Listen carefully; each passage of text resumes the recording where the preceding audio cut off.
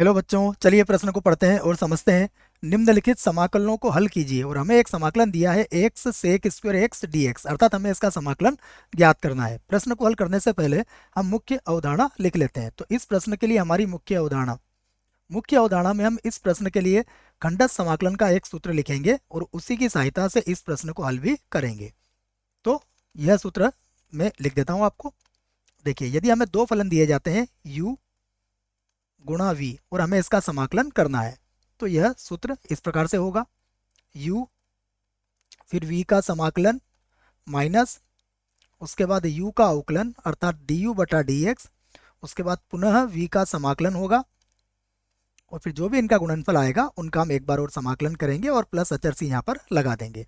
तो यह सूत्र आप इस बात के लिए याद रखें। इसमें u और v को मानने के लिए आप एक कथन को याद रख सकते हैं। ये कथन मैं यहाँ लिख देता हूँ आपको। I L A T और E। इसमें I का अर्थ होता है प्रतिलोम फलन, L का अर्थ होता है लघुगणकीय फलन, A का अर्थ होगा बीजगणितीय फलन, T का अर्थ होगा त्रिकोणमितीय फलन और E का अर्थ होगा चर घातांकी फलन। तो इनमें से जो पहले आएगा उसे हम U मानेंगे और उसके बाद वाले को V मान लेंगे। आइए अब प्रश्न को I के बराबर मानते हैं और इसे हल करते हैं। तो माना I बराबर, हमारे पास है x और गुणा में है सेक स्क्वायर x और dx। और अब हम यहाँ पर सूत्र लगा सकते हैं। तो सूत्र की सहायता से अगर आप देखेंगे तो x जो है वो बीजगणितीय फलन है और सेक स्क्वायर x हमारा त्रिकोणमितीय फलन है, अर्थात x को हम u मान के हल करेंगे। तो I बराबर x तो वैसे ही रहेगा।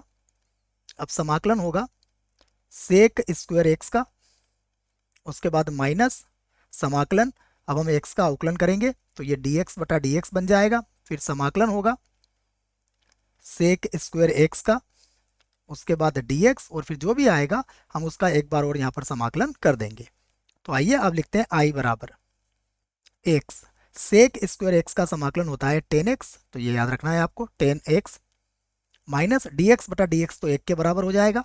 फिर से सेक स्क्वायर x का समाकलन होगा 10x और यहाँ पर हो जाएगा dx। आगे बढ़ते हैं। तो x 10x, वैसे ही 10x का समाकलन भी याद रखना है हमें। 10x का समाकलन होता है log सेक x, आधार e होगा इसका, और समाकलन यदि हमारा पूरा हुआ तो अब हम प्लस c का प्रयोग यहाँ पर कर सकते हैं और यही हमारे प्रश्न का उत्तर भी होगा। आशा करता हूँ आपको इस प्रश्न का उत्तर समझ में आया होगा। धन्यवाद।